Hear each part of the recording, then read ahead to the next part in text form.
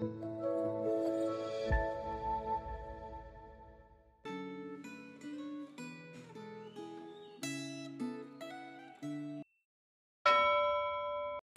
jemaat yang dikasihi Tuhan. Hari ini kita akan belajar firman Tuhan dengan tema Membangkitkan Harapan yang Padam. Sebelum kita merenungkan firman Tuhan, mari kita berdoa. Ya Tuhan, pimpin dan sertailah perenungan kami. Kiranya firman-Mu memandu langkah hidup kami sepanjang hari ini. Dalam nama Tuhan Yesus kami berdoa. Amin. Firman Tuhan hari ini diambil dari Kisah Para Rasul, pasal 3 ayat 1 sampai ayat yang ke-10. Pada suatu hari menjelang waktu sembahyang, yaitu jam 3 sore, naiklah Petrus dan Yohanes ke bait Allah. Di situ ada seorang laki-laki yang lumpuh sejak lahirnya, sehingga ia harus diusung. Tiap-tiap hari orang itu diletakkan dekat pintu gerbang bait Allah, yang bernama Gerbang Indah, untuk meminta sedekah kepada orang yang masuk ke dalam bait Allah. Ketika orang itu melihat bahwa Petrus dan Yohanes hendak masuk ke bait Allah, ia meminta sedekah. Mereka menatap dia dan Petrus berkata, "Pandanglah kami." Lalu orang itu menatap mereka dengan harapan akan mendapat sesuatu dari mereka. Namun Petrus berkata, "Emas dan perak tidak ada padaku, tetapi apa yang kupunyai kuberikan kepadamu. Dalam nama Yesus Kristus, orang Nazaret itu, bangkit dan berjalanlah." Lalu ia memegang tangan kanan orang itu dan membantu dia berdiri.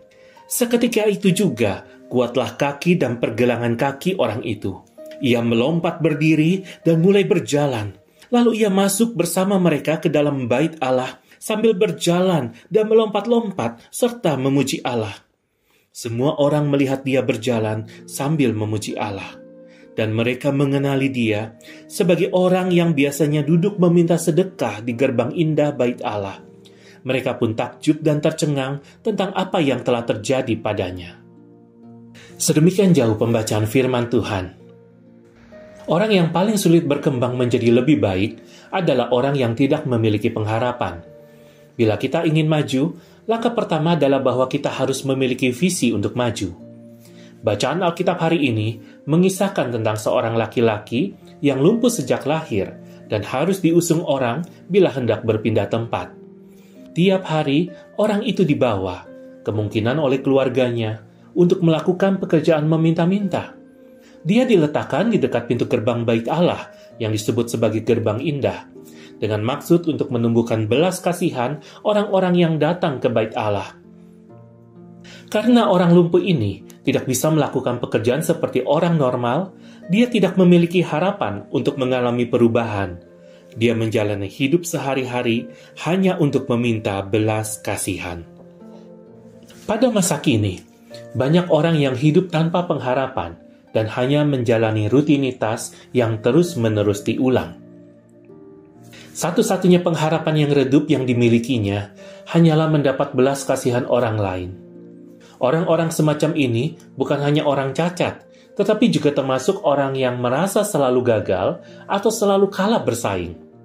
Saat Petrus dan Yohanes ke bait Allah dan melewati orang lumpuh itu tetap tidak memiliki pengharapan dan hanya bisa meminta belas kasihan seperti biasa.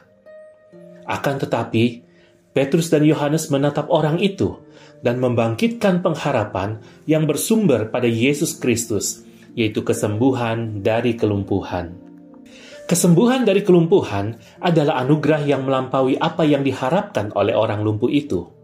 Akan tetapi, perlu disadari pula bahwa kemampuan menyembuhkan kelumpuhan adalah kemampuan di luar batas kemampuan manusiawi Petrus dan Yohanes. Kemampuan manusia terbatas. Akan tetapi, pengharapan yang disediakan Yesus Kristus melampaui keterbatasan itu. Pada masa kini, situasi ekonomi yang sulit membuat banyak orang tidak memiliki pengharapan untuk menyongsong masa depan yang lebih baik. Sayangnya, orang-orang beriman pun sering tidak menyadari adanya pengharapan yang kita miliki di dalam Kristus. Orang percaya, baik sebagai perorangan maupun sebagai bagian dari komunitas umat Tuhan, perlu sadar bahwa Roh Kudus yang menyertai setiap orang percaya itu tidak dibatasi oleh batas-batas manusiawi.